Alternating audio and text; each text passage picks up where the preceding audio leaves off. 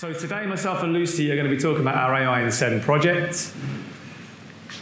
The agenda for what we're going to talk about, a little bit about our digital team, our wider digital team, the strategy, the innovation hub we've kind of just kicked off, and then majorly then talking about our SEN project, some of the challenges, and then a lot about the value that Jadu have added. We haven't been paid by Jadu for this. A lot of the things that we say about them are very genuine. They've been not just part of our team, it's just been really integrated. It's been a fantastic experience. Even though there's been a lot of challenges for us, they've been great for us. Some about what's next, and then lessons learned, which there's been quite a few. So we've got a wider digital team. As I said earlier, the innovation team, which was just me, was set up last January. I felt I'd got a free hit for that first year. That may or may not have been a good decision, but our wider digital team has been working on various things. So although I'm called the innovation team, a lot of the digital work that we do that I've done before me has been really innovative as well. So a couple of weeks ago, we held one of the Jadu Connect Days. That's Megan Crowther's in the team. She did all the organisation with Jadu for that and talking about some of the projects on the right-hand side. So over the last couple of years, we've already been working on various things around chatbots, Alexa smart skills. The WNC app is massively popular. I can't take any credit for it. It wasn't anything to do with my project. My aim in life is to get our website as liked by our members as they like the app. That is all they talk about at our place. But the AI in the SEN POC, that was obviously what we're going to talk about today. But there's a wider digital team. The word innovation, we're using that all the time at the council. People are going to be sick of it. We need to think of another word for the work that we do. The wider digital team are working on lots of automation, really cool projects, and there's some of the awards that were given out to the product owners at the Connect Day, just to celebrate some of the work that has been done. So when I said the first year I felt I'd got a free hit in my role, I would take a bit of a steer from our chief exec's office just to see what are some of the wicked issues, what's causing us problems, where do we lose money, where can service improvement be, all of that kind of thing. And one of the areas I was asked to look at was housing, homelessness, so shadowed some of that service to understand what the issues were there, and that was a service, again, that was a little bit low on morale. We ended up making a film, a documentary film, promoting our outreach service, all the great work that homeless service do, creating a virtual reality experience of it to give people that sort of empathy on the ground, what it's like to be homeless, the challenges that people face. We've toured that film around Northampton a little bit wider, so that was the bottom left premiere that we did. Use virtual reality quite a lot.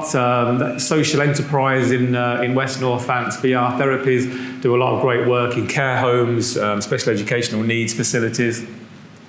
This was around well-being in care homes, some great results there, really good engagement. And then the top right picture, jumping around a little bit, is the special educational needs school transport was obviously an issue that we face. More and more children are getting SEN transport, and that's costing us quite a lot of money, individuals getting taxis.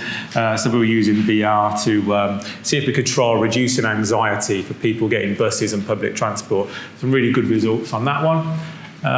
We run something called Digital Northants. That's the merch I've got on today. So that's a little bit outside of the council, like a community initiative, finding local stories of innovation, anyone who's using technology, whether it's schools, social enterprises, businesses, any interesting stories, and we'll promote that. That's one of our big events we did at the uni, like an annual tech showcase day. We show all those things off. And that's really good for collaboration and connections. And the bottom right picture, that was the virtual reality experience of the homeless film that we created. So that was the first year I was going off and just doing things like that, a little bit random, but really publicising it, trying to make an impact, trying to make some noise in the organisation about what we were doing. And then I said earlier that we'd been going to different SMTs, our senior management teams, myself and our head of DTI, our Chief Information Officer, and pitching the word innovation and saying things, we can come and do AI, we can do all these different technologies. We didn't make a lot of, much of a dent in that. That was probably about 12 months ago, this time 12 months ago. And then when I said this year about the members, we kind of took a different approach. We did a lot of research. We were kind of put on a war footing within DTI to look at what are some of the use cases that other councils are doing across different technologies. So robotic process automation, predictive analytics, Internet of Things. We did a huge amount of research on it, and we put together this slide deck, the top 25 things kind of that we'd found. And then we did some pitches to our members to say, these are the kind of things that we're finding out there. We've dug into some of the numbers. Councils are actually using this. This is not just theory, pie in the sky stuff. There's lots of savings and impact that the councils are making out there. And that was the start, really. That was probably about 4 months ago, 5 months ago. That started to then really get traction. That really opened the door then. Members then started raising that in their meetings with senior directors to say, why aren't we doing this stuff? Why aren't we being more innovative? And that started to drive a little bit more change. So that led to our head of finance giving a bit of seed money, about £500,000 to our DTI service to say, right, go and show us what you can do. Run some of these pilots that you've talked about. Show that you can make an impact. It was all about the bottom line in terms of savings, automation, where we can make those savings. So that is our head of DTI, Digital Technology Innovation, on the right-hand side, Chris Wales. He loves marketing. He's all into promotion and just shouting about what we're doing. So as we were put on this kind of war footing in DTI to create or research all of these ideas, we badged this as like our innovation hub. So it's like a virtual innovation team. There's people from different areas of our core IT team, wider digital team, business analysts, developers, giving up different hours to kind of come in and do this research and be part of this unit. So this was our launch day, really. This was probably about 4 weeks ago where we launched this innovation hub. Our chief exec was there with Chris, basically talking through the slide I just showed, all these different ideas, what we're looking to do with pilots, and basically trying to put the whole council on like a war footing for emerging technology. I would imagine like every other council, we've got our struggles around finance and things like that, and budget. So it's a case of not every year we're trying to cut budgets. Can we innovate our way out of this? Can we look to apply some of this technology out there to some of our problems? So it was amazing. It was like a gladiatorial arena. This is our atrium at our West Northamptonshire corporate building. There's about 500 people there, about another 500 people online. So it was I was really surprised. The impact was really good. So what we did from those 25 ideas we'd put together, we kind of like put those to members with as much detail as we could, and they picked the first 2 pilots that were running. So predictive analytics in homelessness, this is one where you can join your data sets together, we'll give one view of the customer, and then with the AI model, you can kind of predict the people that are in your service, in the council in West Northants, who could be at risk in the next 12 months of becoming homeless. That one was really powerful. So when we're talking about technology and people being scared, this is like technology for good. That is a message that we're always trying to sell. This can help, not just automation, not just about jobs. This is about helping people externally. So if we can identify people who are at risk of becoming homeless, get our interventions in earlier, it saves the council money, but it saves people's lives as well. And then AI across the first point of contact. So that's on the phones, that's on our website, trying to divert people from calling in using AI chatbots to transfer over to our website. So that kind of brings us up to date. That has kicked off 2 weeks ago, those 2 pilots. So going back probably to the start of this year, after I'd scrambled around for the first year trying to make an impact, some of the relationships that we'd made within the council, and that was part of my role really, is to try and find those enablers, those innovators in the council that I could collaborate with. The SEN service was a partnership and relationships that we developed.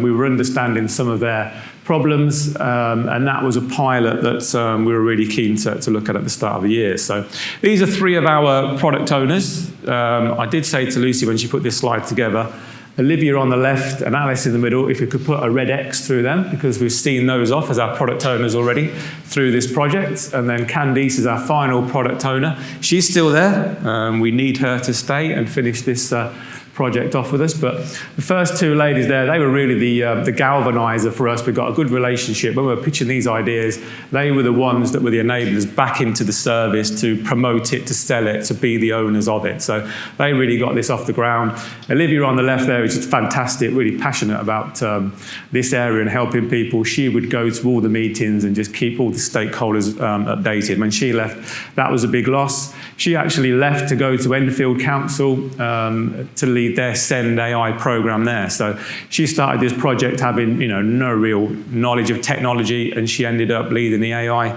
program there. So if nothing else comes out of this, she got a fantastic promotion and a new job.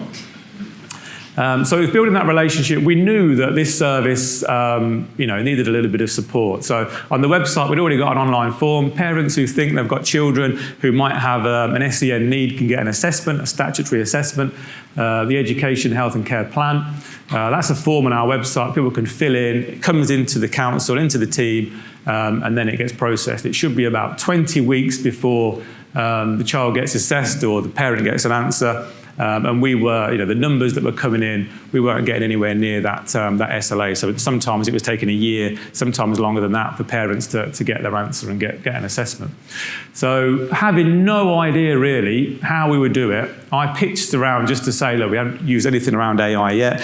Could AI help us in your service? I knew that they got a shortage of education psychologists, so I said, could it replace the psychologists? Could it support the education psychologist? Having no idea about their process, no idea how we would do it internally, but just kind of putting it out there. And both Alice and Olivia were massively enthusiastic from the beginning. I don't know why. I think part of it's probably that relationship that we'd got built, but they really did back it and said, well, it wouldn't replace education psychologists. That's way too advanced. We wouldn't do that anyway. But they did think it could help right at the beginning of the process. So as the form gets submitted and comes into the team, everyone has to read through the forms, all the documents that come in. It's a really laborious process. They were getting like 100 applications a month. And a lot of the times, some of the applications that come in are just obvious yeses. Once they've gone through that, it's obvious that that child is going to get assessed. And they said, well, if the AI could start with that area and just do an assessment, look at the information, and just tell us, yeah, that's a yes, pass it on. We can just spend our time looking at the no's, the maybes, those things. So it would start that process to speed up. So this slide appears a few times. This is when I get or go to the education team's management team meetings, and this is where I have to try and sell the project and reassure people that we're not doing anything we shouldn't do, or AI has taken over their service. So that first time we went to that meeting, I was really surprised at how really into it they were, backing it they were. The director there, the senior people were very cautious of it, but on the ground, they were all for it. One guy did think AI stood for artificial insemination. I laughed when he said it, and he wasn't laughing. He is a key stakeholder as well through this. So the Jadu team did have to have a sense of humour working with us. So that kicked off. So we got the backing to do this project, having no idea how we would do it. Fortunately, that is when Siraj magically appeared into our world. As a council, West Northamptonshire joined, there's 4 councils that joined together about 3 years ago as a unitary. In my world, we hadn't really had a relationship with Jadu before that. Other people from different boroughs had. So this was really my first meetings with the team, and Siraj talked about this new emerging tech team, Rianne's team, Steve's team that they were putting together, and this was a project that they really liked to work on. So that was fantastic for us. We thought, right, we've got a route now to actually deliver something. Whether Siraj still regrets that meeting or not, I don't know. But that's what happened. So this was the first meetings we had. Siraj and the team pitched this to say, right, it'd be an 8-week proof of concept. This is how we would do the project. That 8-week project kicked off in April, so we're now in October. So the maths don't quite work out for an 8-week project. Nothing to do with Jadu, but a lot of the lessons that we've learned. So the rapid scoping exercise, the discovery, that definitely happened. Some fantastic work that Rianne did there to understand the end-to-end process. We hadn't looked at any of that. Playing back what we'd found to the service, looking at the different options around AI, showing that back to the service, and then getting them to pick which ones they want, develop the POC, and kind of go from there. So this was our kick-off day. We tried to make a big deal out of it. We had our people here. This is our assistant chief exec in the middle there next to Chris.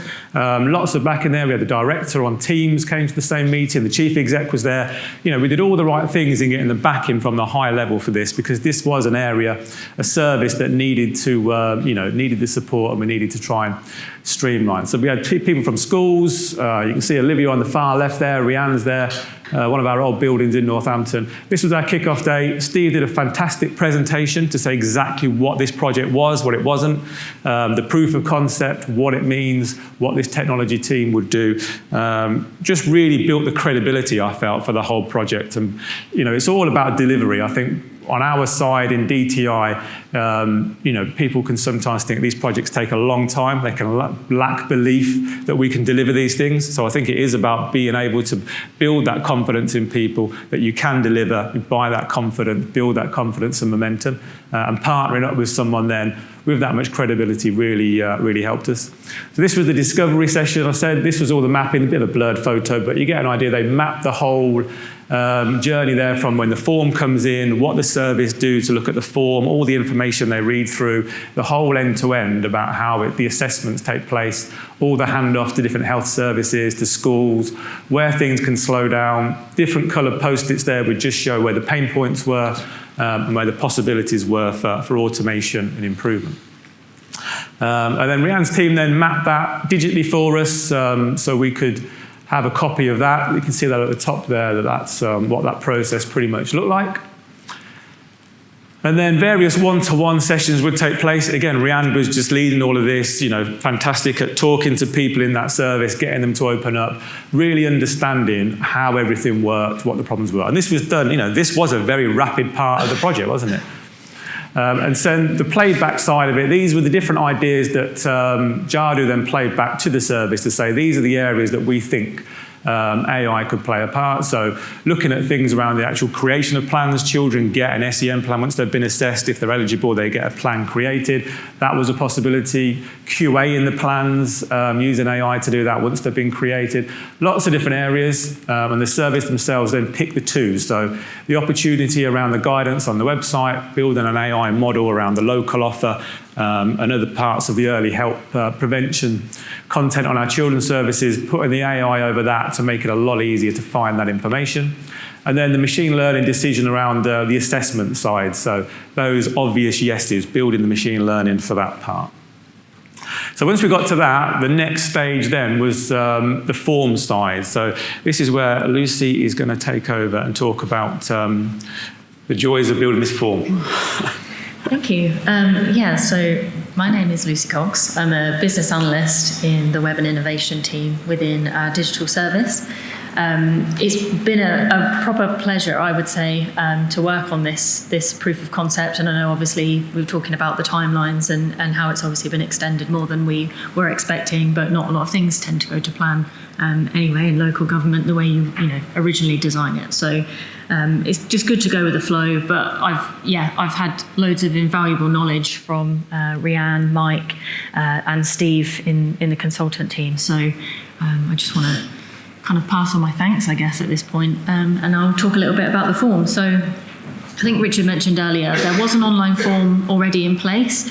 And what we discovered quite early on when we engaged with the SEN service was that the form in place at the moment wasn't really fit for purpose. They'd been planning to redesign it for a while anyway. So with obviously this piece of work, there would probably be no point in trying to train this AI model on the old version of the form, because the quality of the data wouldn't be what they would want anyway, and what they would use to make a yes, maybe, or a no decision on a child to be assessed. So we worked with the Jadu team on creating the form within the Jadu space. We've made sure to add in certain features to sort of, I guess, enhance the user journey, kind of building on what we already had, but adding some extra features. So being able to prevent people from filling the form in, for example, if the young person is over 25, because then it makes them ineligible for the service anyway. So just kind of keeping those features in, I thought was quite important.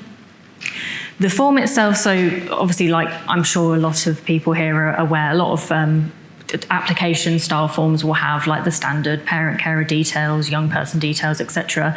The real, like, I guess the detail in the form that we needed to focus on, and this is actually what we're using to train the AI model on, is the detail later on in the form that asks for information about the child's identified needs. So this is an example of one of the sections. So the West Northants SEN service use something called the SEN ranges. I think the SEN ranges are kind of used widespread across all of the local authorities, or that practice and framework is being rolled out. But our specific SEN service really wanted to highlight the use of that document more. So we've linked to it from within each of these sections in the form. It's obviously not mandatory. If the child doesn't have physical or sensory needs, they don't have to fill this part in. But this is where we really need to get all of the detail that we possibly can, so that we can train the AI model. So I'm kind of jumping out of the main request for a statutory assessment form just for a very brief moment to talk about the other opportunities that we've been able to, I guess, fast track as we've done this pilot with Jadu around being able to implement basically a rate this form that we've been able to then tailor so that you can put it into the submission screen of like any Jadu form that we have. You could even extend it to any other system that you might want to collect feedback for. I guess through my time of working in local governments, I've been working for the council for 8 years. I've had experience on other forms platforms. Some forms platforms have sort of a built-in feedback feature, and very early on in my role, I would sort of monitor the feedback that came through. So I've kind of learned over time that I've grown quite thick skin over time through reading some of that feedback, but actually I've learned as well that it's really invaluable to have a feedback feature at the end of the transaction in some cases, rather than just having something, placed on the website. We have got a rate this page feature on our website, but I think it's really useful to have something at the end of somebody's experience, because they're obviously doing the task they want to do, they're doing something that they came to do, and then if they're feeling positive about it, or if they're feeling, frustrated about something, we're then giving the opportunity for them to fill it in, to tell us that information at the end. So this pilot gave us the opportunity to add that in. Originally, we actually had a field in the RSA form at the end to say, this is a new form, please leave your feedback if you want to. I didn't want that feedback to follow the RSA. I wanted to keep it separate so that we as a web and innovation team could review that and make improvements to the form, whilst the service just dealt with their information. Don't want to burden them with any comments technically about the form that they wouldn't be able to fix. So we were able to work with Mike, who showed me how to use the pre-fill feature. So the field at the top that says you're leaving feedback about this form, that automatically pulls through text, and that's what I was getting at when I said about you can basically reuse this form for any other transaction that you might have. I think I've spoken to our CRM lead, and she's going to add this into some of our more high traffic forms like garden waste and all those kind of exciting processes as well. And then another sort of fast-track piece of work that we were able to get done. So as Richard mentioned, we are a unitary authority, and all of the sort of the platforms that we are using are kind of absorbed from the sovereign councils. There was a lot of patching up, I guess, to do, and a lot of redesign of the brand to obviously match the new West Northants branding. And the branding on the right is what the forms used to look like. There were definitely some elements of the legacy system, so the burgundy colouring and stuff like that. We wanted to make sure that was kind of all gone for when the form went live, just so that we had a bit more of a unified consistent format. It now matches the website more. The branding on the left-hand side is now what it looks like. Apart from the burgundy loading bar, ignore that. It doesn't look like that. It's definitely blue now. But it was just a really good opportunity to have some conversations, obviously during the discovery day for the AI and Send work, and we were able to get some of this work done at the same time. So really beneficial. Now, I guess my role as a business analyst is to try and take the more complex information, translate it, and sort of speak to other stakeholders, in this case, obviously the SEN service, were our key stakeholders, to try to get the information across to them without absolutely bamboozling them. And this, to this day, still kind of bamboozles me. So I'm going to try and explain it a little as clearly as I can, but this is basically an overview of the architecture of how the new RSA form takes the data and how it kind of feeds through to the machine learning model. So Mike, his background is in architecture, but he's obviously part of the consultancy team. He put this together. So obviously the first stage is the form submission. That then passes from Jadu Central Forms into Jadu Connect, so the CRM system, and then via webhooks and via an API, it then passes into the back office, which is actually using Amazon Web Services. So I just want to highlight a couple of the key steps, and I guess more of the interesting stuff. So where it says data preparation, that talks. It's a little bit about the word pseudonymization or pseudo-anonymization. Again, a bit like what Richard was saying earlier about co-production. That word is ingrained in my brain, but it's quite a cool scientific word to me.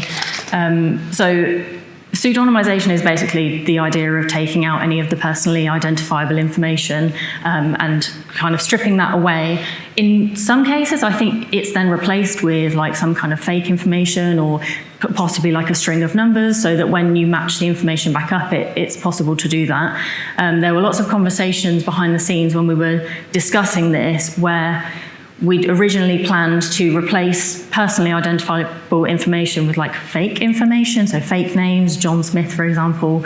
But interestingly, they'd sort of said that if we were to do that, we wouldn't want the machine learning model to pick up that okay, that John Smith was a definite yes, so now I'm going to start to learn that any more John Smiths that come through, I'm just going to say they're a definite yes. So by completely stripping out that personally identifiable information and just having it matched to the case ID, the case ref from Jadu Connect, there's no possibility that the model can start to learn based on that kind of personal information. So the machine learning, the decision-making stage, so obviously it's got the information around those identified needs that was entered into the form. What also trains the machine learning is when the service received the email notification to say the form's been submitted, they then have an option to click on a link in that email to fill in a form that basically they would say whether that assessment, or whether that child has gone to assessment or whether they haven't, or whether it was a maybe. They make those decisions through a panel that they have every Wednesday, and the idea being that information, so they'll continue to review the cases as normal. So we've gone live with this form, we're obviously developing the machine learning model behind the scenes. The service are then expected to go into that form every time there's a case to say this was a yes, this was a no, and then obviously those decision points will go to the decision making as well. The idea then, so once the machine learning has started to develop and started to learn, the response preparation takes place, and that response then gets fed back into Jadu Connect, where the service will review that. I think one of the key takeaways from this throughout the whole pilot so far has been around that reiteration. I guess Richard's saying about some of the sort of senior stakeholders reiterating that no decisions are being made by computers without human intervention. We're trying to learn, we're trying to teach it. We're not just going to let it make decisions on our behalf and just leave it to do its thing. It's very much a case of building that confidence with the service first. If there's ever, we're hoping that we will get to a point where the machine learning model will be making really accurate decisions that the service have reviewed and they've gone, we're happy now, we'd like to sort of roll this out and let it start to make those yes decisions, going forward with maybe less intervention. They might check 1 in every 5, for example. And this was a really key workshop that we held in order to kind of understand how we would train the machine learning model as well. So alongside obviously the information that's fed by the actual EHC team, there's some design work that happens when the machine model is initially created. So this was a really valuable session for Mike in particular. So the really tiny screens that are really helpfully small. So they're the sections within the forms where I was talking about collecting the identified needs information. There's questions in there what are the identified needs? How are they impacting education? Is there any sort of support in place at the moment in the school? Has that had an impact? Those kinds of questions. And then the different coloured post-it notes are linked with those questions, where we've basically sat with SEN co's who obviously have a background in obviously dealing with the child. We worked with the EHC team as well, who most of them have also been SENCOs in the past.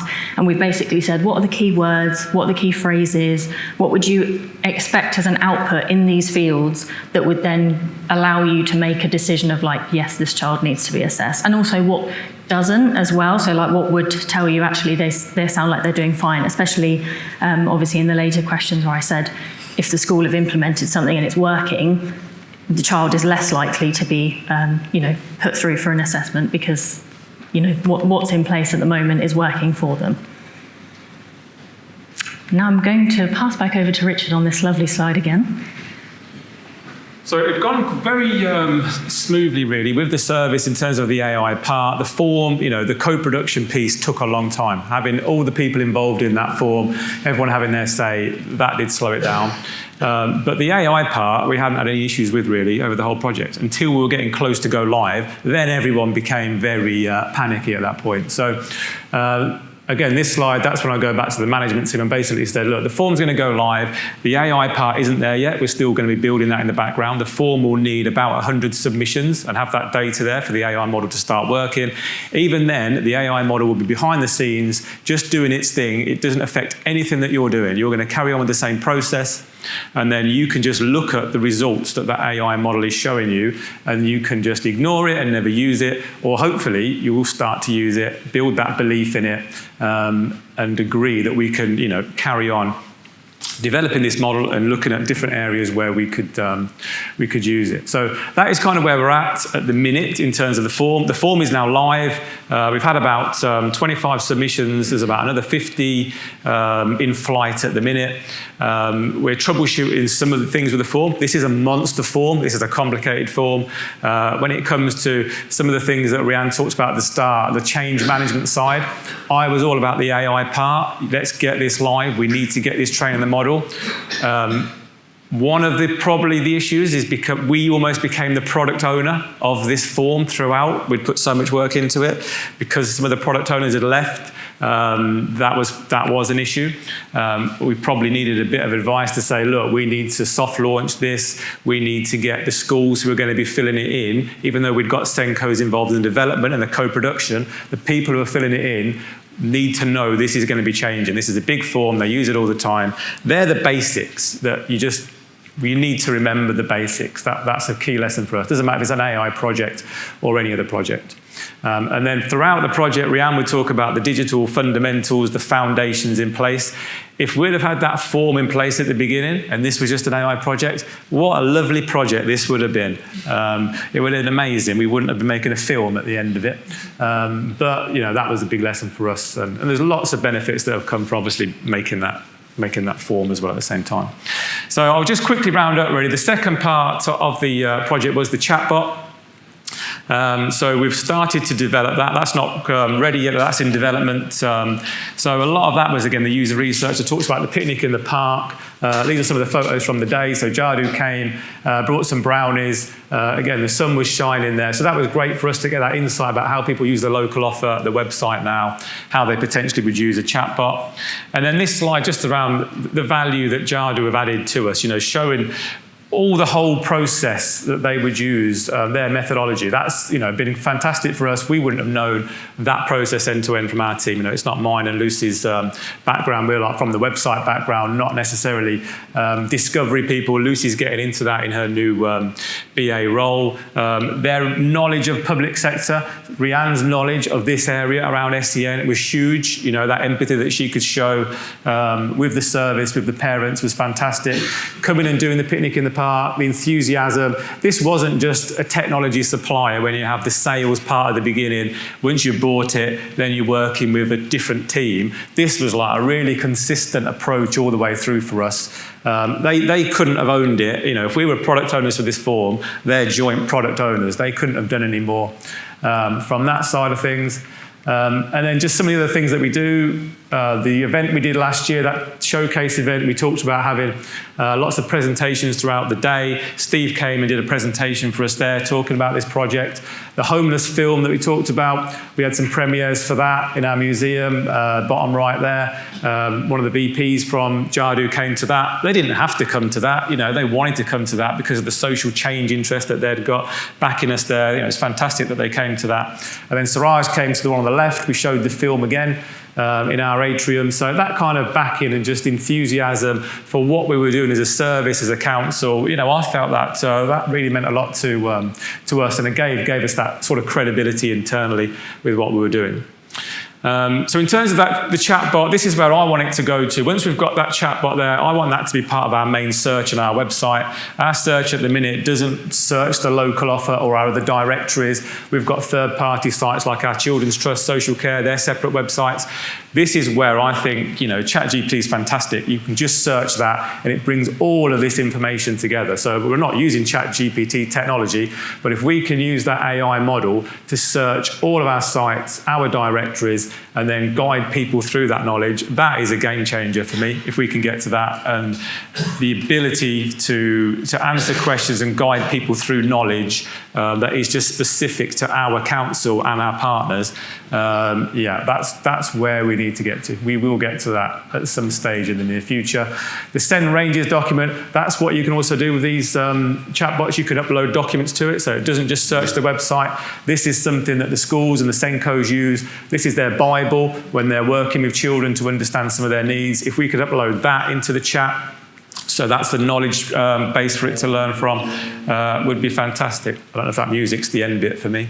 But then in terms of some of our lessons, I've touched on some of it. Maybe a pre-discovery. I think probably knowing the form wasn't in place, would we have done the same pilot? Probably not. We might have picked a different AI model to test. We would have still built the form. We needed to build the form for them, but we might have been able to test this and pilot it on something else and kept within the 8 weeks. All the things that Steve pitched at the very beginning and Rhiannon reiterated on, we kind of didn't always follow what the advice and guidance was. So the knowledge that they've got is definitely ingrained in us. And then the product owner consistency, again, these are basics. Probably everyone knows it. As soon as you've got the word AI, we just think it's a different kind of project. The rules don't apply. The same rules always do apply for these projects. So I think we've gone a little bit over. Sorry about that. But that's our story of our pilot so far.